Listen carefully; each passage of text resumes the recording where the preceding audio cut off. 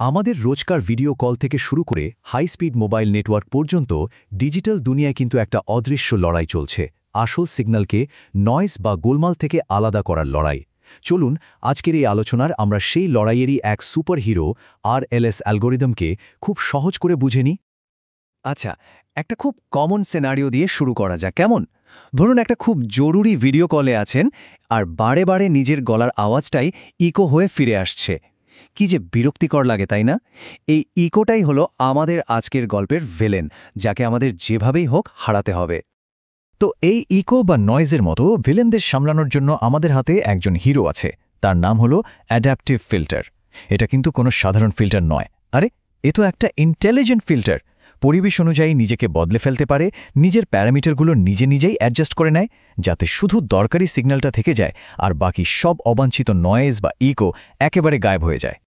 এখন আসল প্রশ্নটা হলো, একটা ফিল্টার কি করে এত স্মার্টলি শিখতে পারে, বিশেষ করে যখন চারপাশের সিগন্যাল প্রতি মুহূর্তে বদলে যাচ্ছে? এখানেই কিন্তু পুরনো আর নতুন পদ্ধতির মধ্যে আসল পার্থক্যটা চলে আসে। পুরনো পদ্ধতিটা অনেকটা এরকম। ভাবুন তো, একজন ক্রিকেটার সে পুরো সিজন খেলার পর, মানে সব ম্যাচ শেষ হওয়ার পর তার সবকটা আউট হওয়ার ভিডিও একসঙ্গে বসে দেখছে, আর তারপর ঠিক করছে যে পরের বছর কোন ব্যাটিং স্ট্যান্সে খেলবে। এটাকে বলে ব্যাচ প্রসেসিং। হ্যাঁ, এটা কাজ করে, কিন্তু সমস্যাটা হলো রিয়েল টাইমে, মানে খেলা চলার সময় তো আর এত ভাবার সময় পাওয়া যায় না। এই স্লাইডটা দেখলেই পার্থক্যটা একদম পরিষ্কার হয়ে যাবে। একদিকে আছে ব্যাচ প্রসেসিং, যার একটা ভালো উদাহরণ হলো এলএমএস অ্যালগোরিদম। এটা অনেকটা ফাইনাল পরীক্ষার আগে একসঙ্গে পুরো সিলেবাস পড়ার মতো। আর অন্যদিকে আছে রিকার্সিভ প্রসেসিং, মানে আমাদের আরএলএস। এটা প্রত্যেকটা ক্লাসের পড়ার মতো, রোজ একটু একটু করে শিখে নেয়। বুঝতেই পারছেন, রিকার্সিভ পদ্ধতিটা অনেক বেশি ফাস্ট আর বদলাতে থাকা পরিস্থিতির জন্য একদম পারফেক্ট, যদিও হ্যাঁ, এর জন্য কম্পিউটেশনাল পাওয়ার একটু বেশি লাগে। আর এই ফাস্ট লার্নিং রিকার্সিভ পদ্ধতির সবচেয়ে সেরা উদাহরণ হল আমাদের আজকের সুপারহিরো রিকার্সিভ লিস্ট স্কোয়ারস বা আরএলএস অ্যালগোরিদম। এটা এমন একটা অ্যালগোরিদম যা প্রত্যেকটা নতুন ডেটা পাওয়ার সাথে সাথেই, মানে অন দ্য ফ্লাই, নিজেকে আপডেট করে নেয়, এক মুহূর্তও দেরি করে না। বেশ, তাহলে এবার একটু গভীরে ঢোকা যাক, কি বলেন? চলুন দেখি আরএলএস অ্যালগোরিদমের সেই সুপার পাওয়ারগুলো ঠিক কি যা ওকে এত দ্রুত আর পাওয়ারফুল করে তোলে। আরএলএস কাজ করে একটা বিশেষ গাণিতিক খেলার মাঠে। এই মাঠটাকে বলা হয় ভেক্টর স্পেস। এখানে সিগন্যালগুলোকে আর শুধু কিছু সংখ্যার লাইন হিসেবে দেখা হয় না, বরং সেগুলোকে জ্যামিতিক পয়েন্ট হিসেবে ভাবা হয়।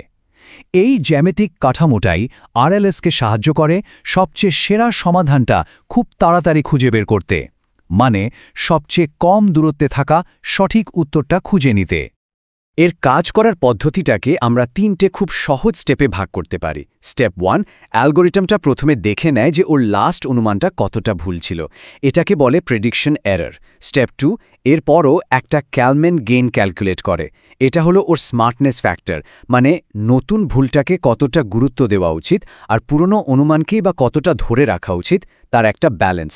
আর স্টেপ 3, ওই ভুল আর গেইনের উপর বেস করে ও ফিল্টারের ওয়েটগুলোকে অল্প একটু বদলে নিজেকে ঠিক করে নেয়। ব্যাস, এইটুকুই। আর পুরো প্রক্রিয়াটাকে মনে রাখার জন্য এই একটা ছোট্ট লাইনই যথেষ্ট। নতুন ওয়েট সমান পুরনো ওয়েট যোগ ব্র্যাকেটের মধ্যে কিছু গেইন গুণিতক এরর। প্রতি মুহূর্তে এই সহজ কিন্তু ভীষণ স্মার্ট আপডেটটাই আরএলএসকে এত পাওয়ারফুল করে তোলে। তাহলে এবার ভাবুন তো, আরএলএসের আসল সিক্রেটটা কি, যা ওকে প্রত্যেকটা নতুন ডেটা পয়েন্টের সাথে সাথে এত তাড়াতাড়ি নিজের স্ট্র্যাটেজি আপডেট করতে দেয়? যে কোনো ভালো হিরোর মতোই আরএলএসকেও কিন্তু বিভিন্ন ডিজাইন বা ব্লুপ্রিন্ট দিয়ে তৈরি করা যায়, আর প্রত্যেকটা ডিজাইনের নিজস্ব কিছু সুবিধা আছে। চলুন দুটো মেইন ডিজাইন নিয়ে কথা বলা যাক। প্রথমটা হলো ট্রান্সভার্সাল ফিল্টার। এটা সবচেয়ে কমন আর সহজ ডিজাইন। ভাবুন, এটা একটা অ্যাসেম্বলি লাইনের মতো, যেখানে সিগন্যালটা একটার পর একটা স্টেজের মধ্যে দিয়ে যায়। এটা বোঝা আর বানানো দুটোই খুব সোজা। আরেকটা ডিজাইন হলো ল্যাটিস ফিল্টার। এটা একটু বেশি জটিল, অনেকটা মাকড়সার জালের মতো, অনেকগুলো লেয়ার বা স্তর দিয়ে তৈরি। এই ডিজাইনটা অনেক বেশি স্টেবল, মানে ক্যালকুলেশনের সময়ে ছোটখাটো ভুলগুলো বড় হয়ে গিয়ে সিস্টেমটাকে নষ্ট করে দেয় না। তাই খুব কঠিন সিগন্যাল প্রসেসিংয়ের জন্য এটা অনেক বেশি নির্ভরযোগ্য। তাহলে এখন প্রশ্নটা হলো, একজন ইঞ্জিনিয়ার কখন একটা সহজ ট্রান্সভার্সাল ফিল্টার ছেড়ে দিয়ে একটা জটিল ল্যাটিস ফিল্টার বেছে নেবেন? উত্তরটা হলো, যখন পারফরম্যান্স আর নির্ভরযোগ্যতা সবচেয়ে বেশি জরুরি হয়ে পড়ে।